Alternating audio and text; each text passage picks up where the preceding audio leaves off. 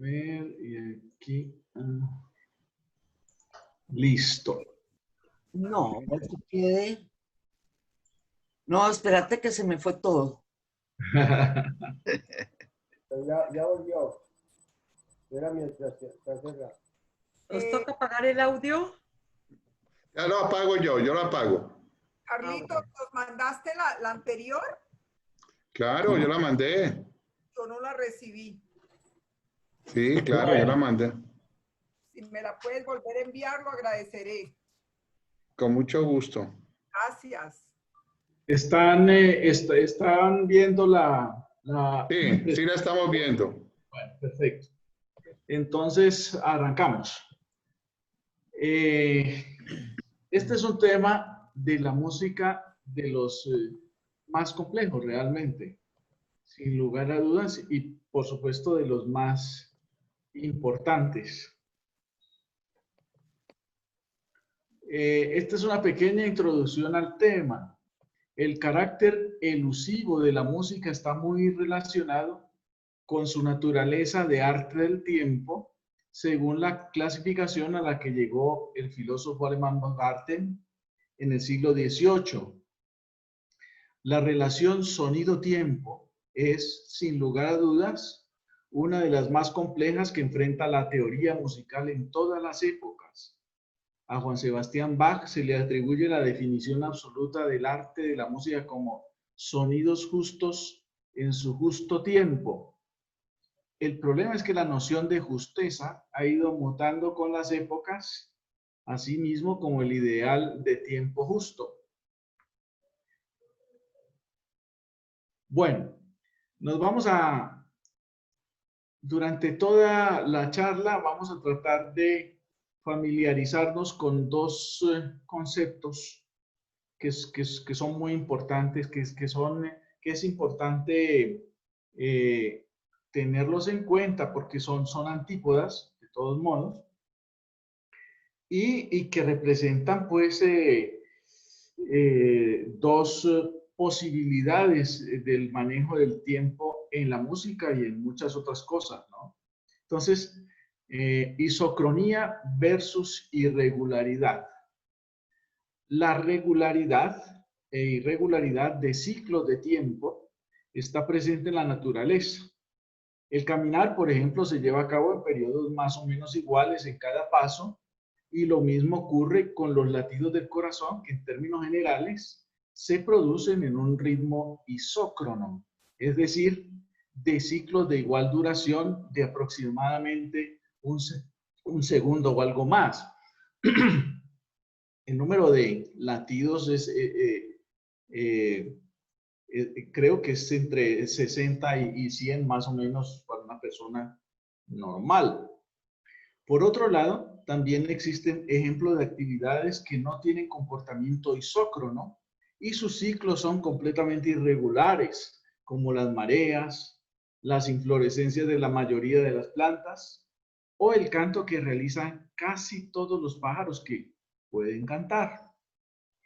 Para el caso de la música, el ritmo es el elemento esencial del lenguaje que está relacionado con la duración de los sonidos o el tiempo de ausencia de ellos, es decir, de los silencios, de si un silencio es corto o es, por el contrario, largo. Muy bien. Aquí tenemos un ejemplo de música no isócrona. Por cierto, les voy a contar una anécdota sobre justamente esta música. Hace muchos años, hace más de 30 años, en Cali se anunció la llegada de Gagaku, el grupo de danza y música japonesa, ritual japonesa. Gagaku tuvo una promoción enorme y entonces Marta Lucía Calderón se programó, el concierto de Gagaku se programó para la Sala Beethoven y Marta Lucía Calderón, yo no sé si todos la conocen, directora coral, me regaló la boleta, compró una boleta para ella me dio otra a mí. Estaba toda emocionada, quería ver a Gagaku. Bueno, se llegó el día esperado. La sala Beethoven estaba llenísima como pocas veces la he visto. Estaba llena no solamente en las butacas, sino que en las gradas había gente desde arriba hasta abajo. ¿No? Bien, el caso es que había mucha expectativa por ver a Gagaku. Les puedo decir que solamente en la entrada de los músicos, pudieron pasar por ahí unos 15 minutos. O sea, se demoraron más o menos 15 minutos entrando el grupo de músicos. Muy lentamente, ¿no? Bueno, comenzaron a tocar con instrumentos típicos, pues muy extraños, ¿no? La biwa y todas esas cosas. Y después de una intervención que duró, puede ser unos 10 o 15 minutos, se acabó y comenzaron la siguiente pieza y tan lentamente como habían entrado los músicos, comenzaron a entrar los bailarines. Bueno, para no hacerles tan largo el cuento, debió haber pasado una hora y la cosa no cambiaba en lo absoluto. Era música supremamente estática, hay que decirlo. Era isócrona además, pero además de isócrona era estática. Nosotros estábamos sentados arriba en la sala Beethoven y de pronto en un pequeño bache que hubo entre una pieza y otra, un niño dijo lo que todo el mundo estaba pensando. Dijo, mamá, esto está muy aburridor, vámonos. Y fueron los primeros que salieron y después del niño y la señora, también seguimos nosotros. Esa es la anécdota que tengo sobre Gagaku. Bueno, vamos a oír música de Gagaku.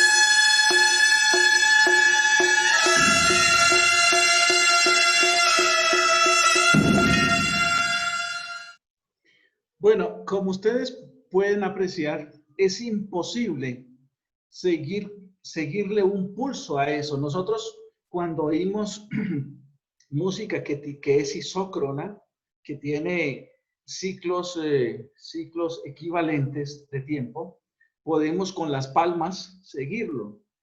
En este tipo de música es absolutamente imposible hacer eso. Pero no solamente en música pues tan distante culturalmente para nosotros como puede ser la música ritual japonesa o la música hindú o la música china, en realidad la música no medida, como también se le llama, o no mensurada, que no es isócrona, en realidad también la tenemos nosotros, también en Occidente está presente y tenemos varios casos de donde ocurre eso. Por ejemplo, una de las ocasiones en las que suceden momentos de no isocronía o de irregularidad rítmica es en lo que se llama las cadenzas de los conciertos o inclusive de las obras, muchas sonatas y otras obras para instrumentos solistas tienen esos episodios breves, episodios a veces no son ni tan breves, en los que el intérprete tiene licencia para romper la regularidad y, repito, a eso normalmente a ese momento se le llama cadenza. Aquí tenemos una cadenza en un concierto mozartiano.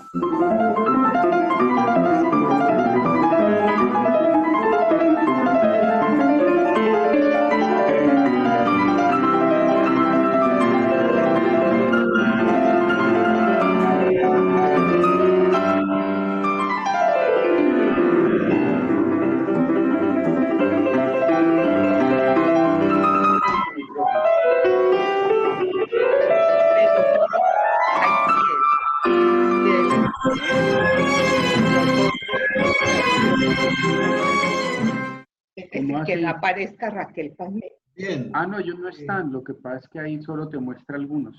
No, por eso, pero Ok. yo cómo hago para desaparecerme como desaparecieron los otros. Muy bien. Como ustedes pudieron observar, también es imposible en un discurso de este tipo que uno se pare al pie del piano y trate de seguir con las palmas el tiempo, digamos. No es posible porque él lo está moviendo permanentemente.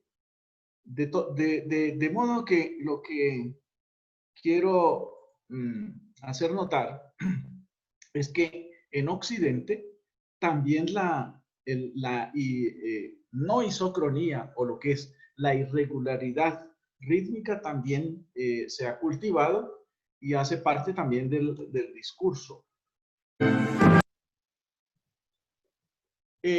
Con muchísima más frecuencia, esa no regularidad, ese género no medido o no mensurado, como se le dice en música, pues lo encontramos también en el recitativo, que son las partes de la ópera en las que son casi habladas, digamos, es un tipo salmódico, un poquito salmódico, que no tiene tampoco regularidad en el pulso.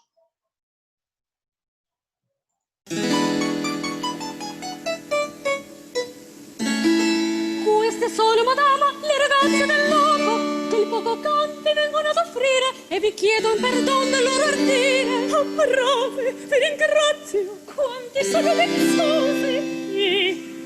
Chi è? Narratevi, quell'amabil fanciulla che all'aria si modesta. Ella è una mia cugina e per le nozze è venuta ieri sera. Onoriamo la bella forestiera. Venite qui. Inclusive a la hora de la escritura de los recitativos, los acompañantes, ustedes observan que hay en este caso, un clavecín que acompañan, más que acompañar, ponen unos acordes para guiar la entonación del recitativo. Los músicos que acompañan estos recitativos no se guían por el pentagrama, por el número de compases en lo absoluto. Ellos simplemente escriben, van siguiendo el texto y hacen coincidir los acordes según el texto, no sobre el ritmo, porque es absolutamente imposible hacerlo de esa manera. Muy bien. Vamos a ver, vamos a escuchar lo opuesto en cuanto al ritmo.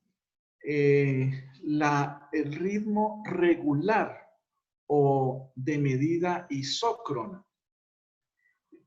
Algunos musicólogos, como el español Adolfo Salazar, han planteado que la universal del arte que representa el movimiento tiene su raíz más antigua, quizás, en la danza. El étimo de esta palabra pareciera ser dance, que está relacionado con tensión. Europa ha privilegiado la danza de periodos isócronos, de pasos regulares, antes que otras manifestaciones coreográficas. La volta, el minuet, el vals o la polka son ejemplos emblemáticos de esta tendencia. Vamos a oír una de esas famosas polcas vienesas.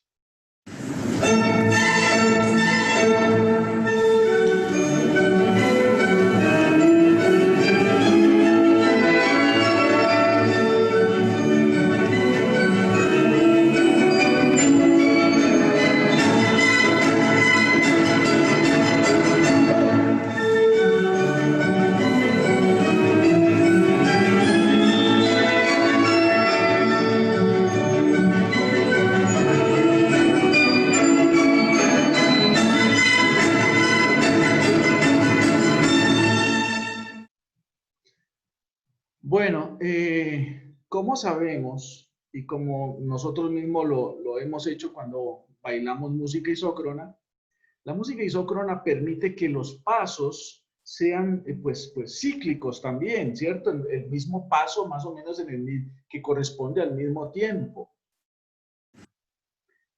Bien, en África, la mayoría de la música es isócrona, que no quiere decir que sea de ritmo fácil, todo lo contrario. Dentro de la isocronía africana se presentan grandes complejidades, pero son al interior de esos ritmos, de esos periodos que corresponden al ciclo, que en términos musicales o en términos de grafía corresponde al compás, digamos. Miremos un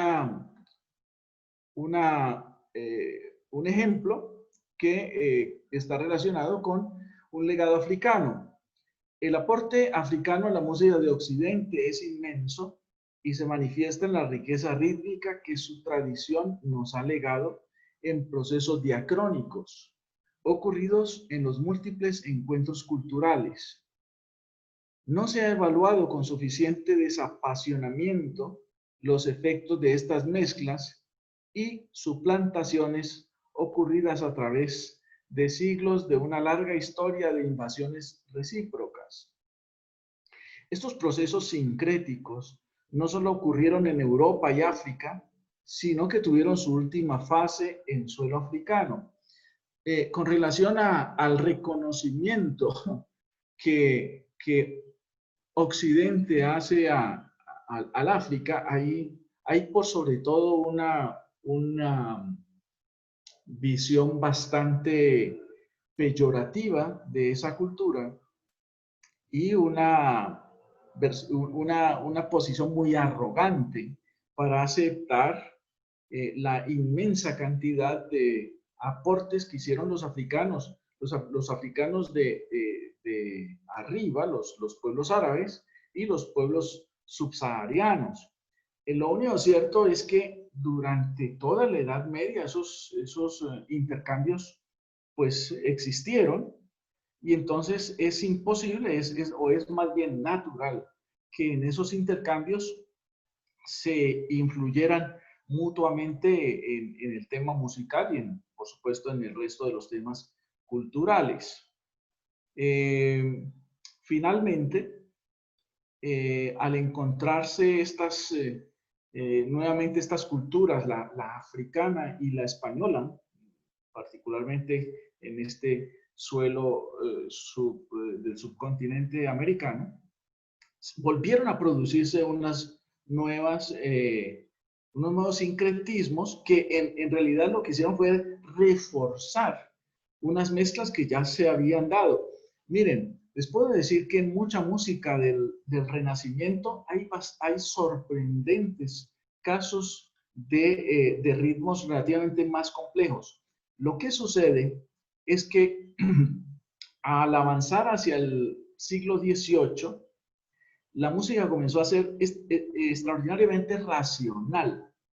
Y la escritura, de alguna manera, guió el discurso musical en el tema rítmico. Y como vamos a ver más adelante, la invención de la escritura produjo unos avances, pero también produjo algunas taras.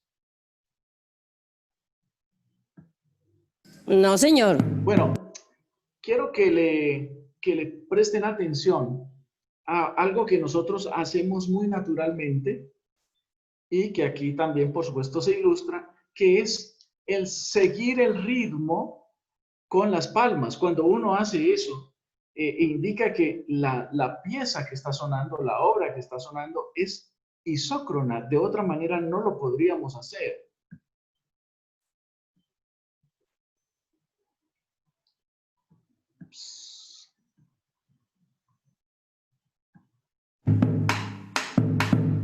Ese sí es. Palma. Ahí están las palmas.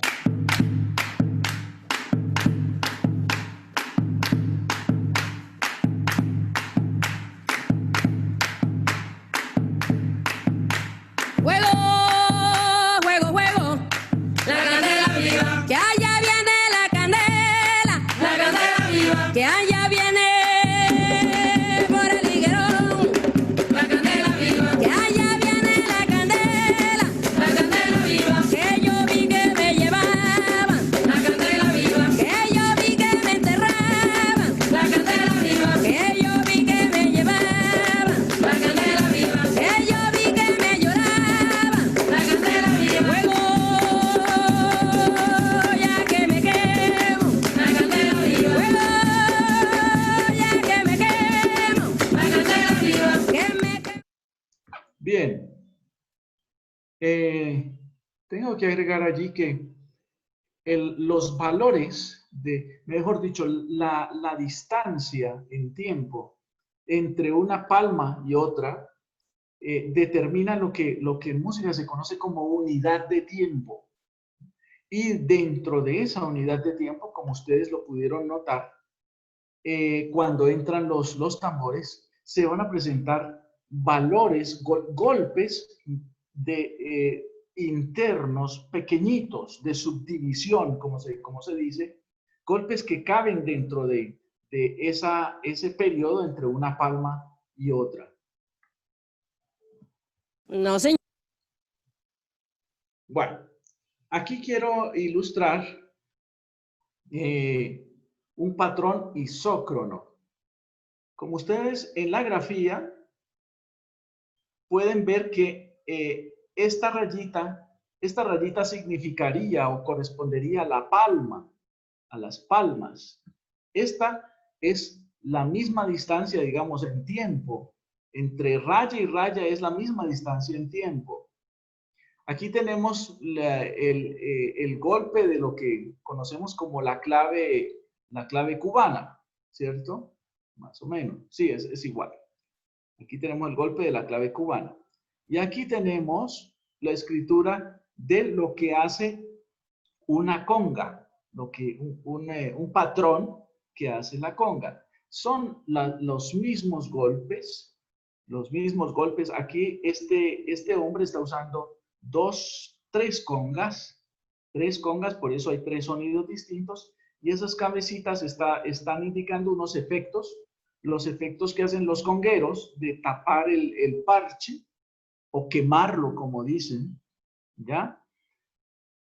Lo que quiero llamar la atención es que observen que esta figuración es idéntica a esto, y este signo significa que sigue así indefinidamente. O sea, aquí el conguero, el que toca la conga, va a tocarlo exactamente lo que ha estado tocando en los compases anteriores. Entonces, entre palma y palma, digamos, entre aquí y acá, estos son pequeños valores más pequeños que se llaman valores de subdivisión, y en este caso están hechos por la conga. Muy bien. Vamos a escucharlo.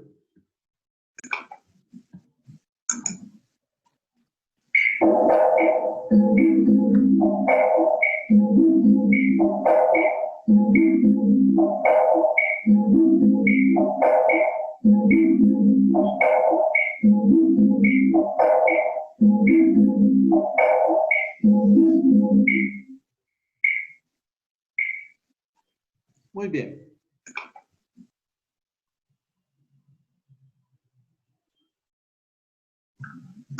Aquí lo vamos a escuchar con la adición de otros instrumentos.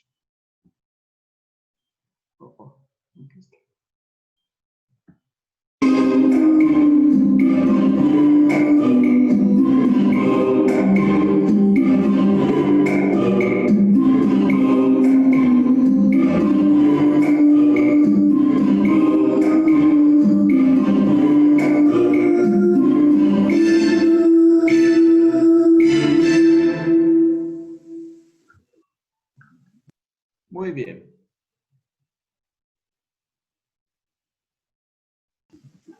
Ok.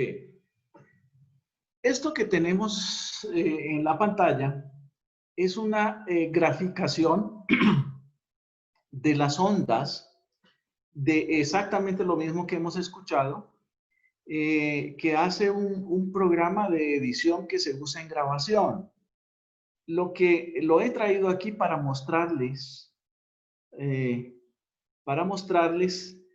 estas rayitas que ustedes ven a igual distancia, están marcando cada ciclo que es igual, es isócrono. Son valores de tiempo igual. Podríamos en ese programa decir cuántos milisegundos ocupa cada separación, cada tiempo o cada compás.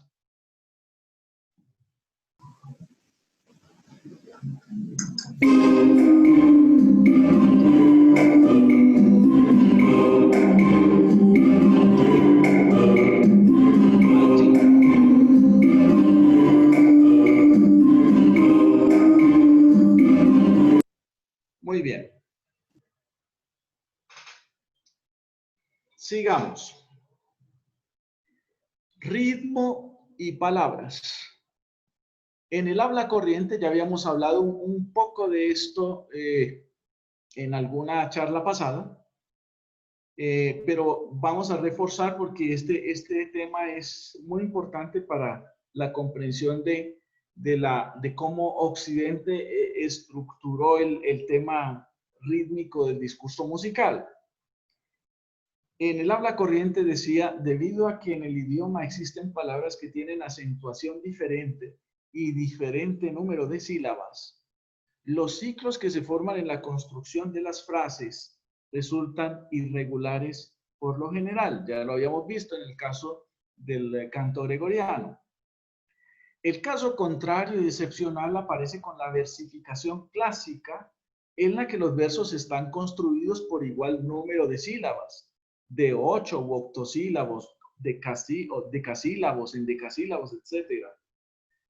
Al recitarse un texto elaborado de esta manera, cada línea de verso se toma aproximadamente el mismo tiempo, por lo que se habla de construcción isócrona. Bueno, hay que hacer una aclaración. Si no sucede siempre que si lo lee un actor o un declamador, porque los declamadores se toman licencias rítmicas.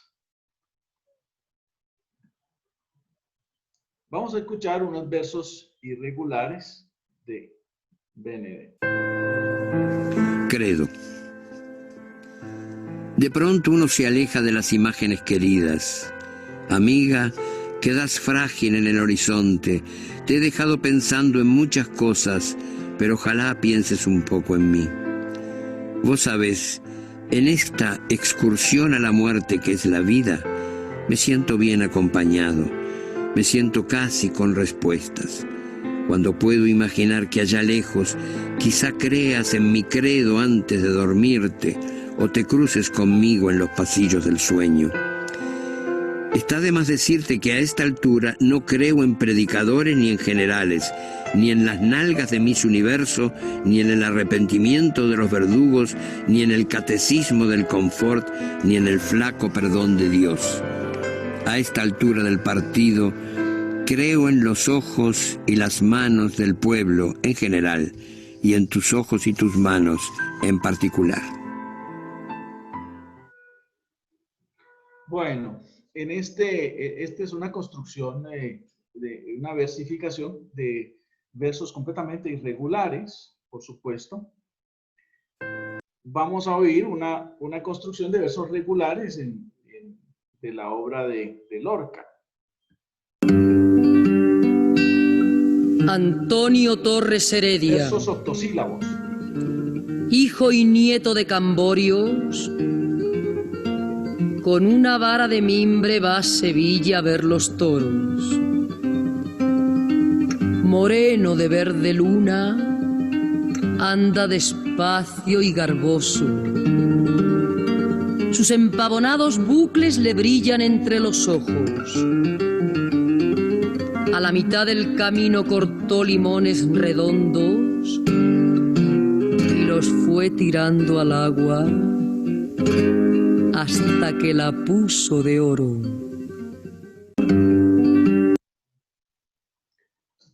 Muy bien. La escritura del ritmo en Occidente. La coexistencia de pulsos regulares e irregulares, ya lo hemos visto, es una constante en la música de todas las épocas. Aunque el énfasis en uno u otro aspecto haya cambiado de un periodo a otro e incluso de un lugar a otro. En la Grecia antigua, por ejemplo, se practicaban ambos estilos. La citarodia y la himnodia eran géneros de pulsaciones regulares de compases isócronos, para ponerlo en términos modernos. Pero también existía el ditirambo, que era una especie de rapsódica, y la rapsodia también, improvisada sin ninguna sujeción a medidas isócronas. Era un ritmo completamente libre, asimismo como las improvisaciones del biaulos y todos esos instrumentos que usaban los antiguos griegos. La aparición de una grafía para la medida de la duración de los sonidos fue relativamente tardía con relación a la grafía del ideograma de las alturas. Esto es, de la invención de los puntos en el tetragrama. ¿Se acuerdan que vimos el tetragrama? Y en pentagrama. El descubrimiento y evolución de una polifonía más avanzada, lo vimos la charla pasada, presionó el perfeccionamiento de un sistema para poder expresar el valor de la duración de los sonidos.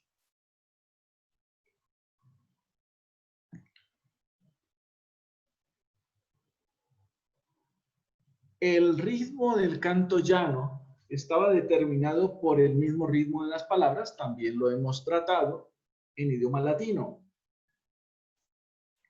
Su regla, que no era en realidad ninguna, fue cántese como se habla, o sea, siga el ritmo natural de la prosodia del latín, puesto que en ese idioma no todas las palabras tenían igual número de sílabas. En un discurso ordinario se producen acentos diferentes que en términos musicales corresponden a agrupaciones polirrítmicas de varias medidas en la construcción de las frases.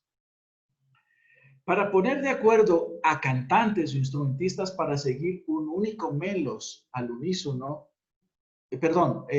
poner de acuerdo a cantantes o instrumentistas para seguir un único melos al unísono no tiene ningún inconveniente si conocen la melodía previamente, obviamente. Pero no resulta igual de sencillo si se trata de la interpretación de polifonía en la que existen varias melodías que discurren en simultánea y no siempre con las mismas duraciones en sus sonidos constitutivos. Esto lo vimos, recuerden las imágenes en la pasada charla. Este fue el factor que más estimuló la creatividad de los músicos de la Alta Edad Media para inventar una solución al asunto. La exacta elaboración rítmica de una polifonía auténtica fue lograda a principios del siglo XIII por un núcleo de compositores vinculados a las actividades musicales de la Catedral de Notre Dame de París, aún antes de que se creara la multiplicidad de los signos rítmicos de la notación proporcional. La notación proporcional es la que usamos hoy en día, ha dicho Leuchter. Bien. Los griegos tenían una grafía muy rudimentaria, pero que servía para los fines que la utilizaban. Los griegos tenían un sistema en cuanto al ritmo que se llamaba de pies, así, pies. El pie era simplemente un patrón que se repetía como ritmo permanente. Por ejemplo, un patrón era ta, ta, ta, ta, ta, ta, ta, ta, ta. Otro patrón era, por ejemplo, ta, ta, ta, ta, tan, tan, ta, tan, tan, tan. Otro era al revés, ta, ta, tan, ta, ta, tan, ta, ta, tan, etcétera. Había varios pies predeterminados. Entonces, en una pieza, mejor dicho, en una canción o en un himno, más frecuentemente en un himno, se ponía pie y se le escribía el nombre. Había pie troqueo, yámbico, una serie de palabras que designaban cada combinación. Es increíble, pero este modelo de patrón de repetición de rítmica subsiste todavía hoy y ha estado vigente en todas las épocas, pero particularmente en el periodo barroco. En el periodo barroco existían dos grandes estilos. Uno que se llamaba el estilo italiano, que el estilo italiano estaba caracterizado por la floritura, porque era muy, con mucho ornamento, mucha ornamentación pequeña. El estilo francés, o una de las características del estilo francés, estaba relacionada con el patrón rítmico, en este caso con uno de esos patrones, con uno de esos pies griegos, exactamente uno que se llamaba el pie troqueo, y es uno que corresponde a tan, tatán, ratatán, tatán, tiratán, tatán. Ese es una supervivencia de los antiguos pies griegos. Vamos a escuchar esta danza de una de las llamadas suites francesas de Bach para clavecín.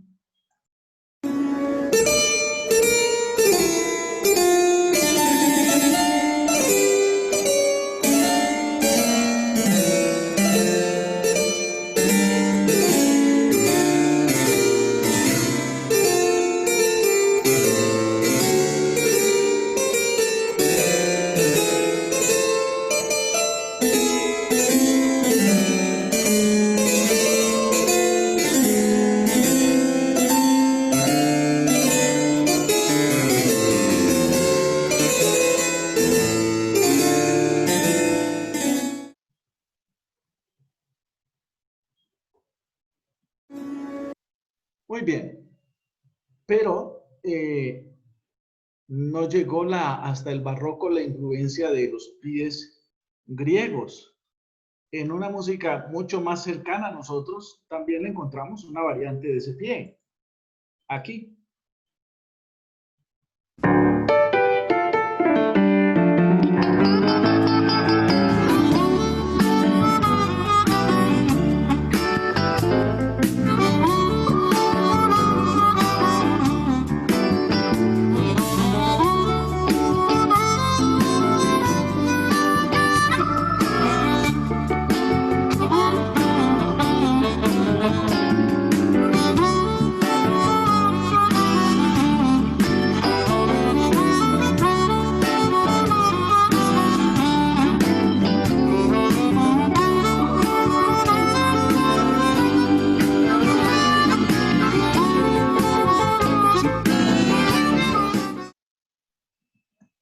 Muy bien. En cuanto a la escritura, los responsables de la escritura fueron los franceses, de la escritura rítmica, de la propuesta de escritura rítmica en Occidente. Y partió de esta propuesta. Las sílabas acentuadas durarían el doble de las sílabas no acentuadas. A partir de eso, entonces se hicieron combinaciones como esta: flauta, flauta, flauta, flauta, flauta, flauta. La repetición de esa combinación, una larga y otra que es la mitad de esa, fue configurando la noción más arcaica de compás, digamos, de compás escrito. La otra, por ejemplo, música, música, música, música. O tambor, tambor, tambor, tambor. O director, director, director, director, director. Muy bien.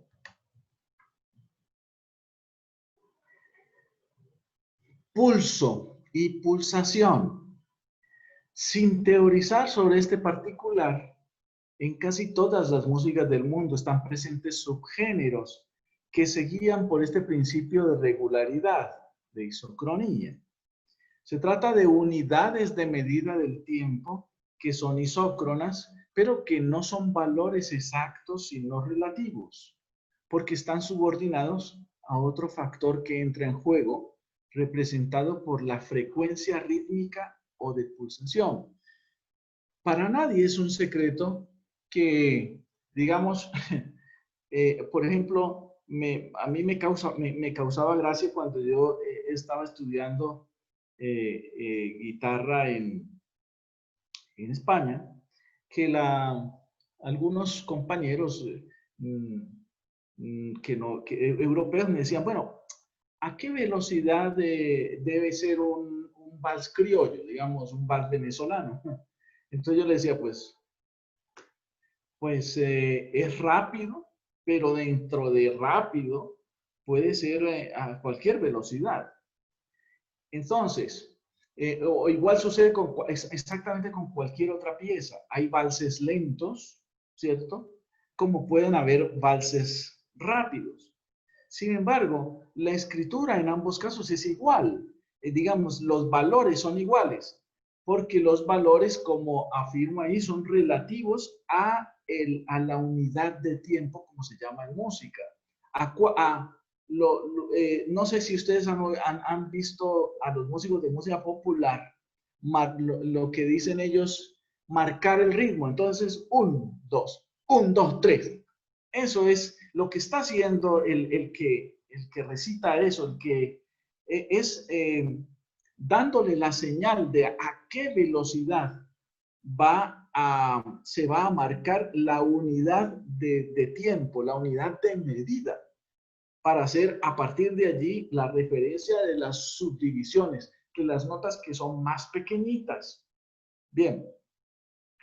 El pulso, por lo tanto, es un valor isócrono relativo que en la música determina qué tan rápido o lento se va a percibir un fragmento o pieza de características de ritmo regular, un vals o cualquier otra danza, como la mayoría de las de origen europeo. Bien,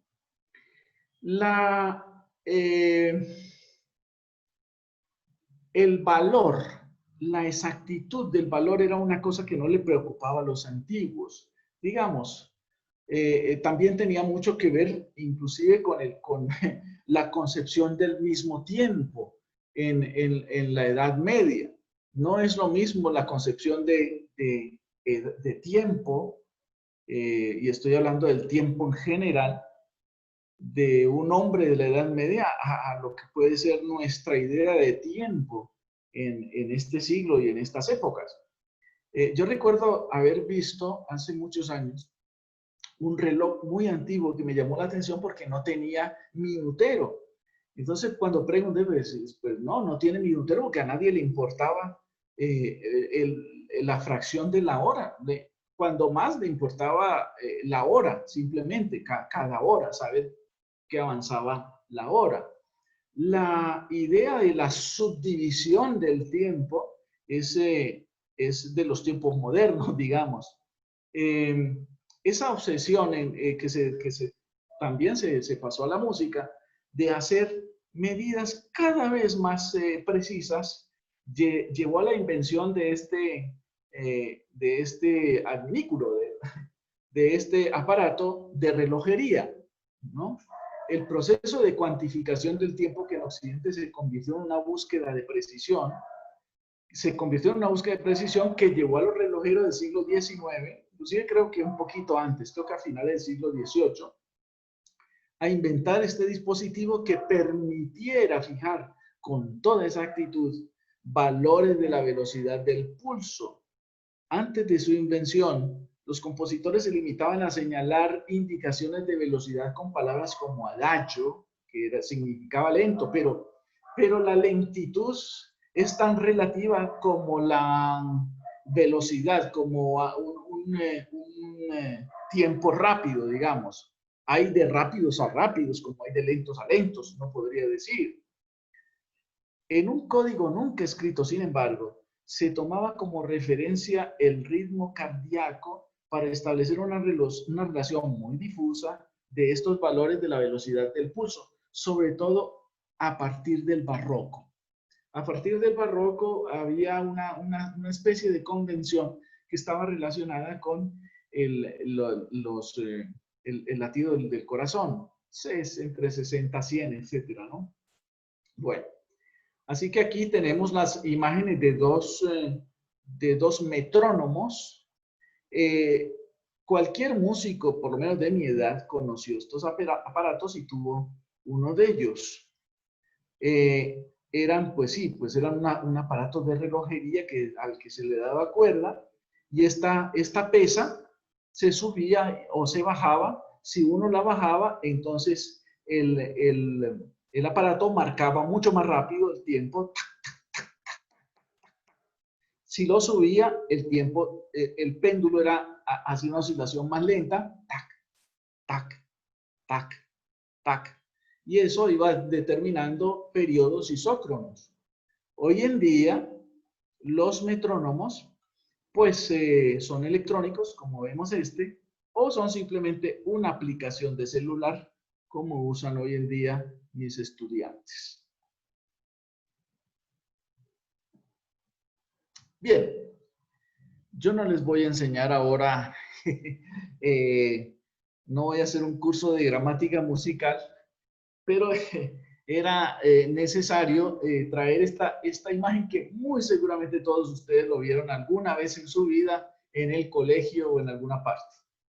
Bueno, y tiene que ver con el sistema de escritura de duraciones por subdivisión racional.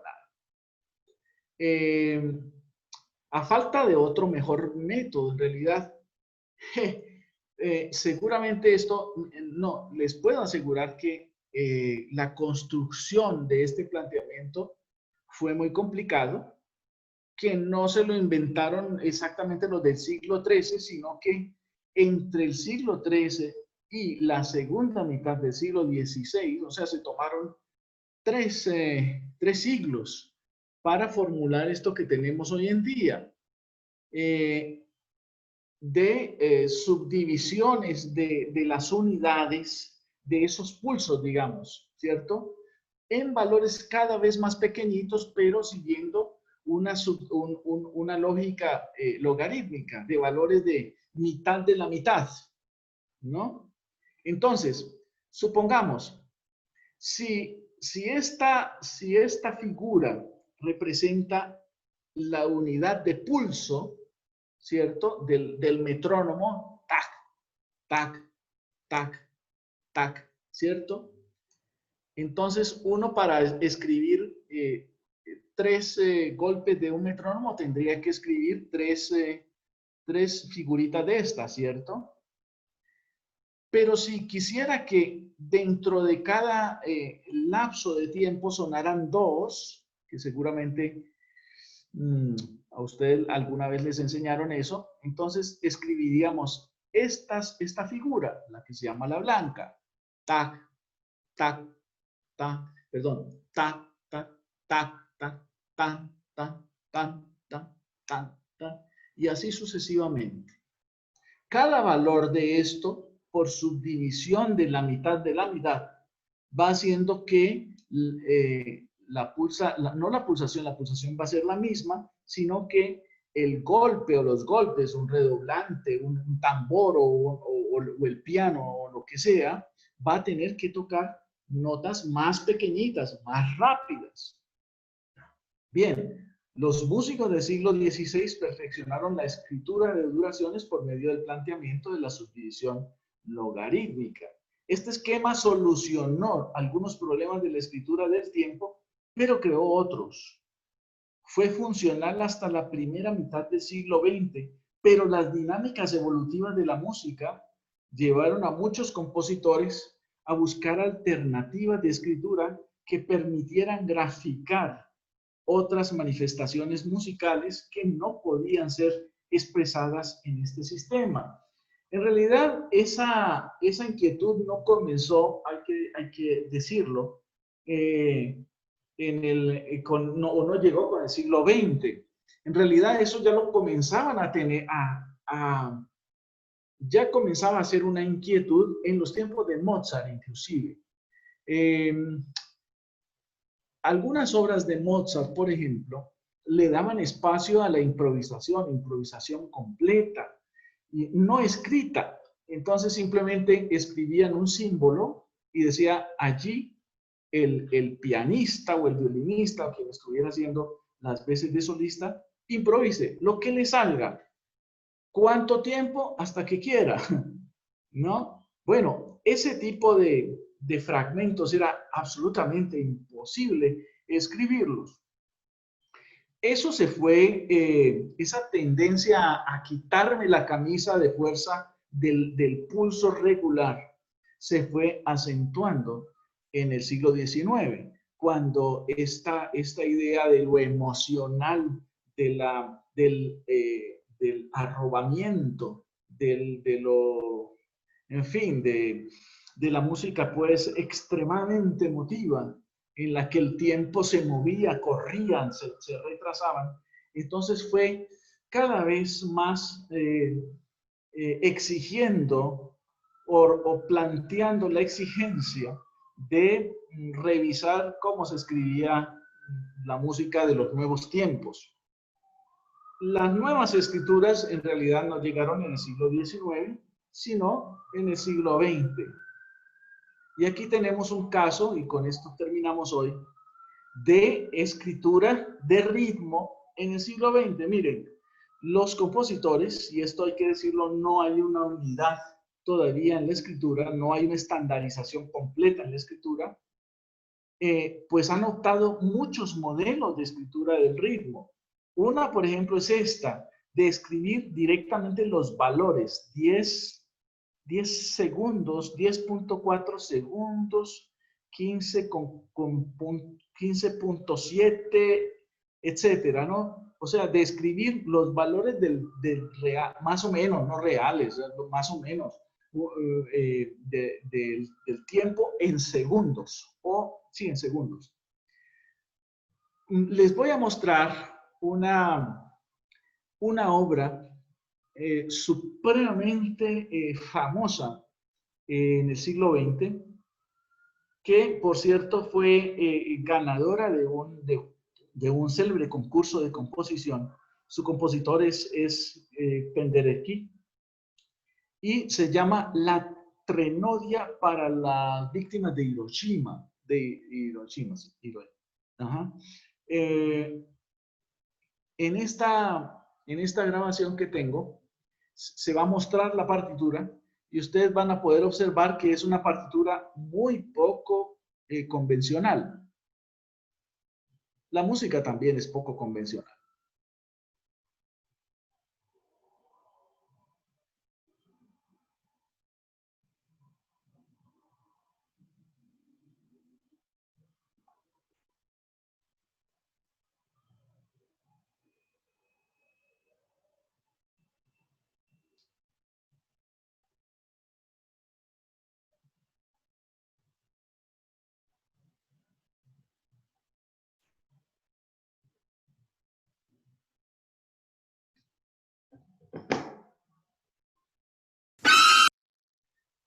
Me devuelve. No quería.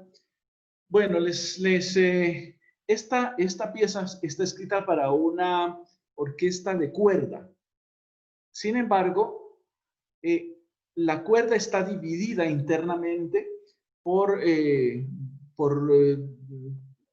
número de violines. Del 1 al 3 hacen esto, del 4 al 6 hacen tal cosa, del 7 al... él ha dividido internamente los grupos de instrumentistas. Y eso es lo que se muestra en cada línea de...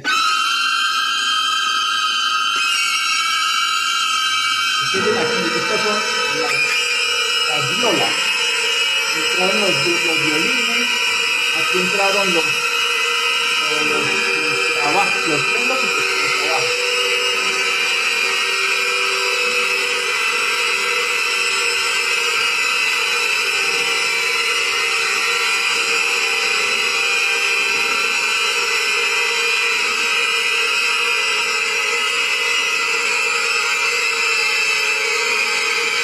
Sirena, ¿no?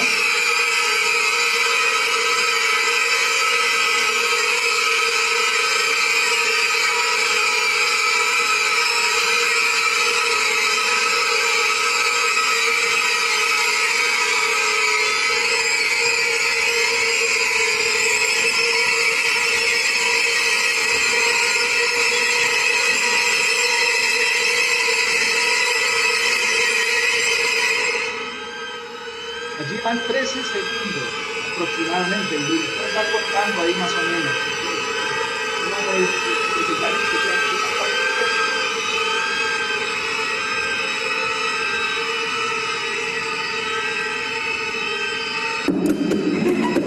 Estos son golpes, escapas.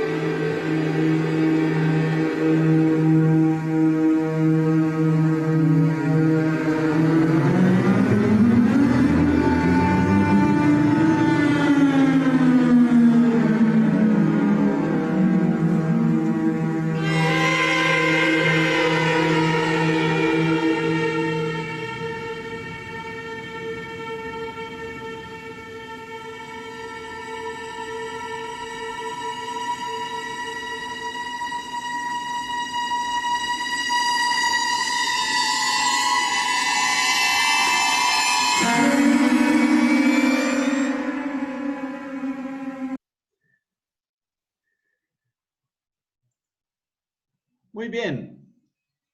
Hemos terminado por ahora.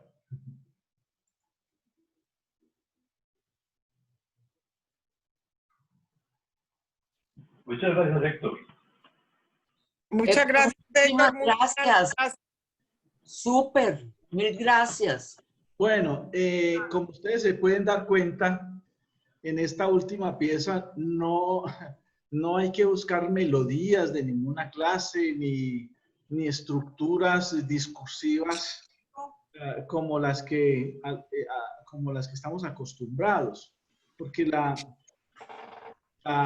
dirección de esta pieza es hacia otra parte, digamos, ¿no? Es más bien quizás descriptiva, si se quiere, ¿no? Caótica, como puede ser el hecho que está narrando, ¿no? Pero básicamente lo quise traer para... ¿Verdad? Sí. Lo quise traer para ilustrar el tema de las nuevas propuestas de escritura que están por fuera de la escritura tradicional, que también responde a discursos tradicionales. Pues, muy bien.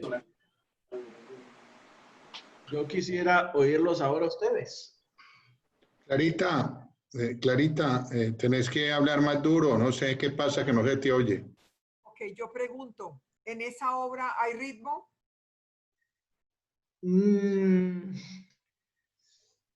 Hay un ritmo no isócrono, por supuesto, pero pues repito que no hay que buscar, no habría que buscar isocronía de ninguna clase, porque el discurso de esa obra es muy distinto, digamos, a un discurso tradicional, ¿no? También no cabe en el sistema tonal, digamos, de los que hemos hablado, de los 7 sonidos o de los 12, porque allí simplemente están usando los microtonos. Cuando los violines comienzan a deslizar hacia arriba o hacia abajo, ese es un empleo microtonal. O sea que eso no está inscrito en ningún sistema de 7, 12 o quizás ningún número, digamos, o todos los números de sonidos posibles entre la octava. Héctor, al principio de la conferencia dijiste que el canto de los pájaros no era isocrónico. De la mayoría, hay algunos que sí, pero la mayoría no. La mayoría... Pero son más bonitos que lo que presentaste ahora.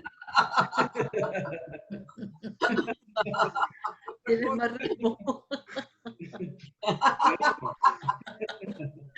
Bueno, es que, pues repito que, por ejemplo, esta obra en ningún caso, en ningún momento busca describir belleza, porque qué belleza puede haber en semejante desastre, ¿no? Uy, qué tragedia. Entonces ya les digo, ¿no? Penderecki ganó uno de los grandes concursos de composición con esa obra, ¿no? Por lo que planteaba, ¿no? Por lo que significaba y también por el aporte al lenguaje, a la escritura. Sí. No, impresionante esto, muy interesante el curso, extraordinario. Bueno, pues me alegra. Eso parece a la matemática cuántica.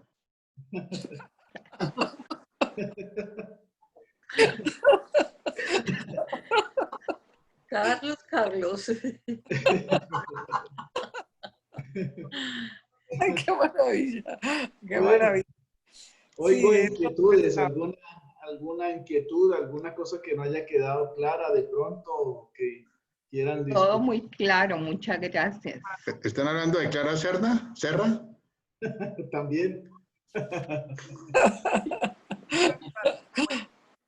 Creo que para todos nosotros es muy nuevo todo esto, Impresionante, sí. de manera que estamos asimilándolo. Sí. Héctor, tiene que darnos tiempo de asimilar este universo porque la verdad es algo supremamente complejo. En No, esto yo- que nos has expuesto esta noche y las noches pasadas, se descubre el infinito universo que es la música. Sí. Es lo que yo siento, ¿sí? Es lo que, y que pues de verdad que tenemos una resonancia con la música de naturaleza, porque toda esa teoría en torno a la música es tan ajena realmente a la experiencia musical profana, ¿sí? Sí. Que Sí, creo no. yo que es la que todos nosotros tenemos, ¿no? Ninguno, a excepción tuya, Héctor, porque de resto, pues ninguno estamos al tanto de todas esas minucias de la música y de su historia y cómo fue surgiendo. Muy importante, muy interesante, pero hay que asimilarlo, ¿no? Uf. Bueno, Héctor, ¿cuántos años estudió usted toda esa teoría? pues comencé a los 9. Imagínese, y lleva la vida entera.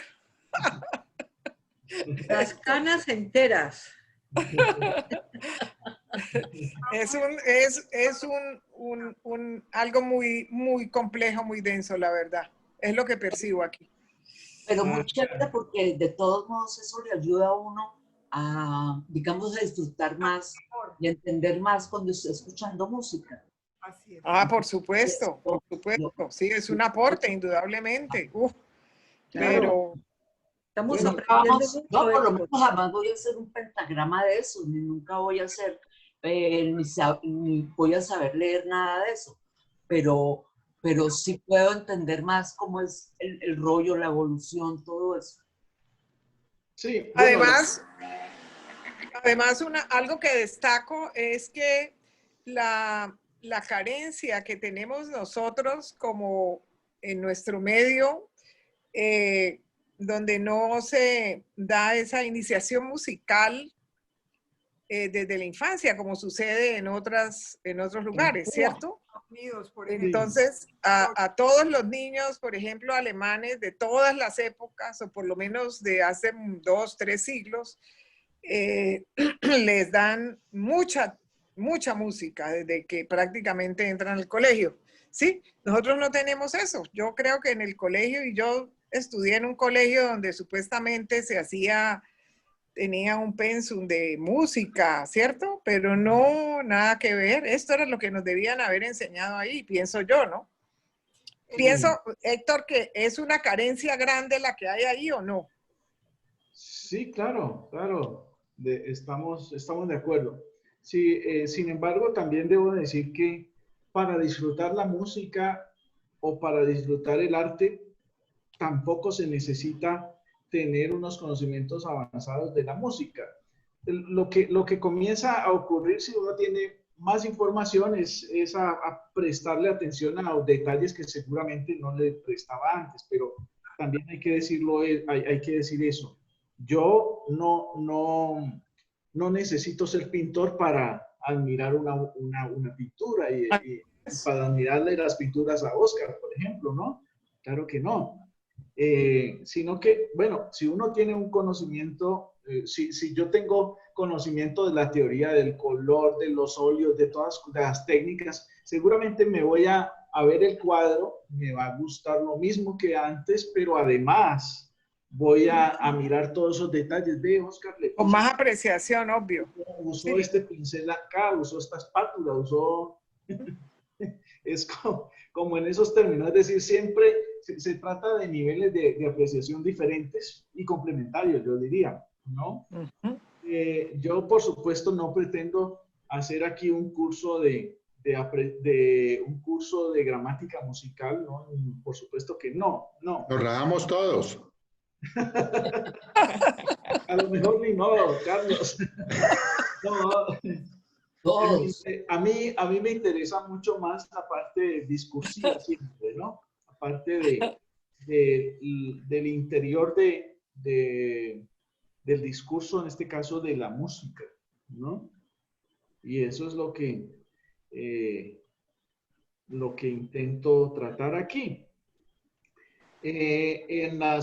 Necesitábamos el tema del ritmo para poder continuar con esta cosa que la gente habla y habla de eso, de los estilos, ¿no? ¿Ya? De los periodos, estilos, etcétera. Bueno, eso se puede comprender mejor con estos elementos que hemos tratado hoy, o en realidad vamos a tener que echar mano a estos elementos del ritmo, porque muchas características que determinaron eso que llaman los estilos y periodos están relacionados o con el elemento melódico o con el elemento rítmico o con ambos, ¿no? Sí. Y eso es lo que trataremos de abordar. Ay, Héctor, de nuevo muchas gracias, Héctor, qué maravilla, qué maravilla.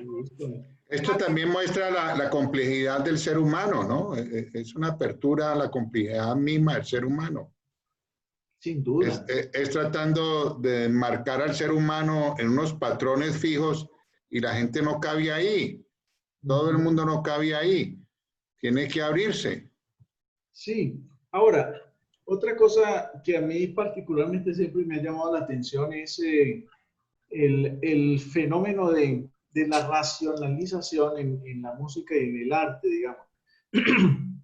Entonces, como antes de que existiera la escritura sistematizada, entonces la música debía hacerse de una cierta manera y llegando a unos acuerdos por otras vías, digamos, ¿cierto?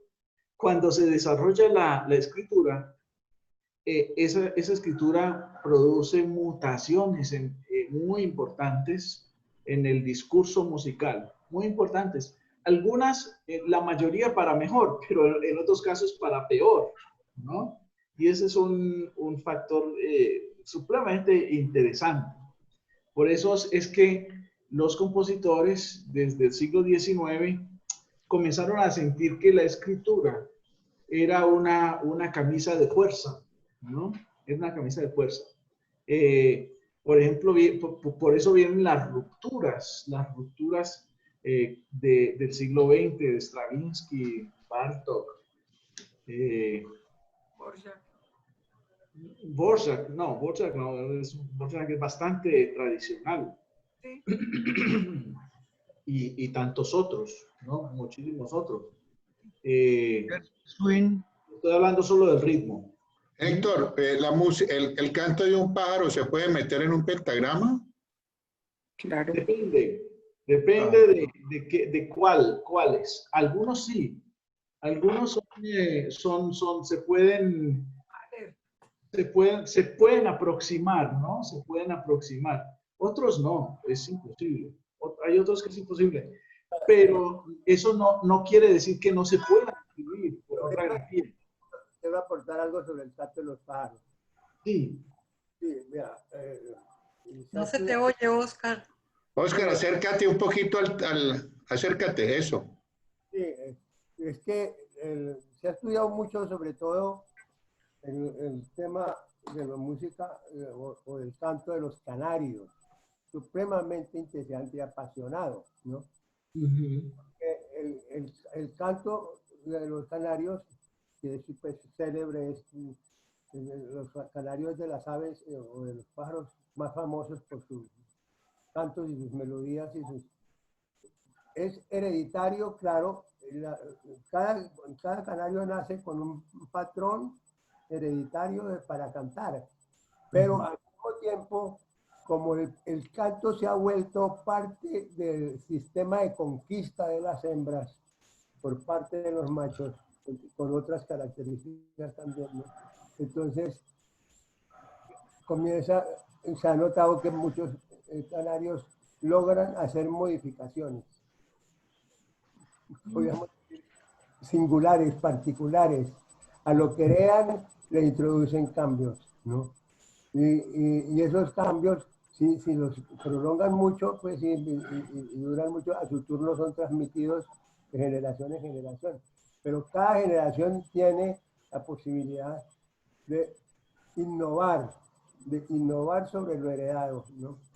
Entonces eso nos lleva a todo el complejo problema de las artes y sobre todo de la música, que es lo que es la forma, ¿no? Como decía Héctor hace un momento, ¿no? Que es lo que da las leyes, ¿no? Es como en un juego, si usted va a jugar tute, usted tiene que dar las leyes del tute. Y no va a jugar, no puede jugar tute si no se somete a esas reglas, ¿no es cierto?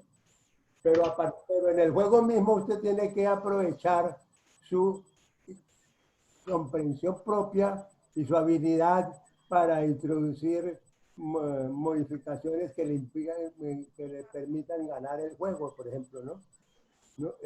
Sobre otros compañeros.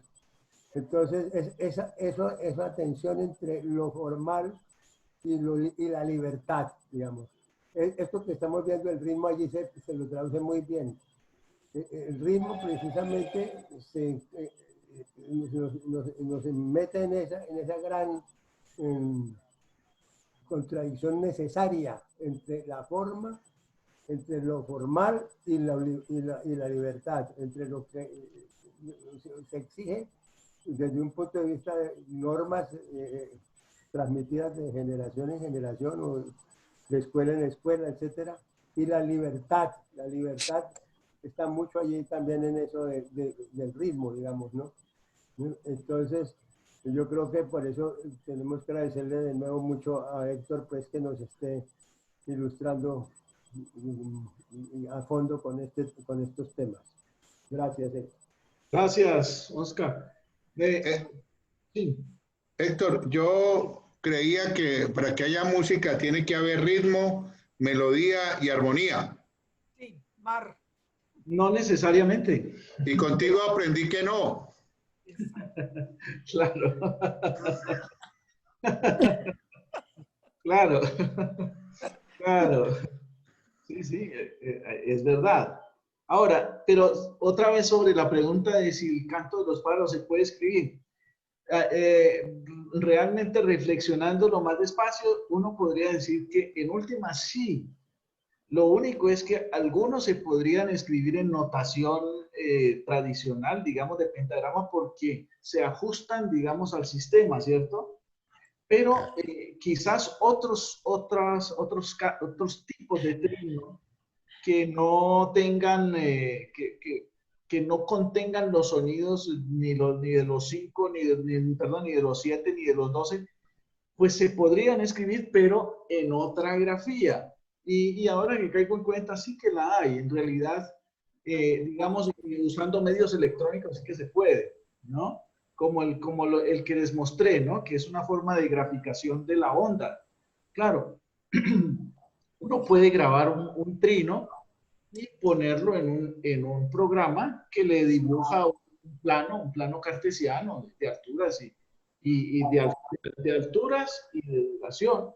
Entonces se puede escribir, sí que se puede escribir, realmente. ¿Sí?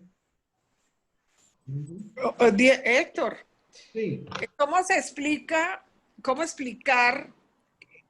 toda esta teoría todo este desarrollo en torno al lenguaje de la música, a la escritura de la música? Es indudablemente una evolución muy grande, ¿cierto? ¿Cómo se explica que haya habido un momento tan grande como el de Bach sin ese desarrollo en la escritura? No, para los tiempos de Bach, el sistema ya estaba completamente armado, el sistema tanto de escritura de alturas como el de escritura del ritmo, porque acuérdate que el desarrollo de la escritura de alturas pues venía prácticamente desde la Edad Media, ¿no? Y la escritura del ritmo se perfeccionó más o menos en la segunda mitad del siglo XVI. Es del siglo XVI, XVII, XVIII, ¿no? Entonces, Para la época de Bach ya la escritura estaba bien codificada, estaba bien desarrollada. No tuvo que inventarse nada con relación al ritmo. Al sistema de alturas de sonido, sí, y de eso lo tratamos un poquito en alguna clase, ¿no? En alguna charla, que Bach sí contribuyó a dividir la octava y lo hizo a través de esa célebre composición que se llama de los preludios y fugas de clave bien temperado. La función pedagógica de esa obra fue decir, vea, si se divide la octava en partes iguales, usted puede tocar en todas las tonalidades sin problema, que ese era un problema en el barroco, ¿ya?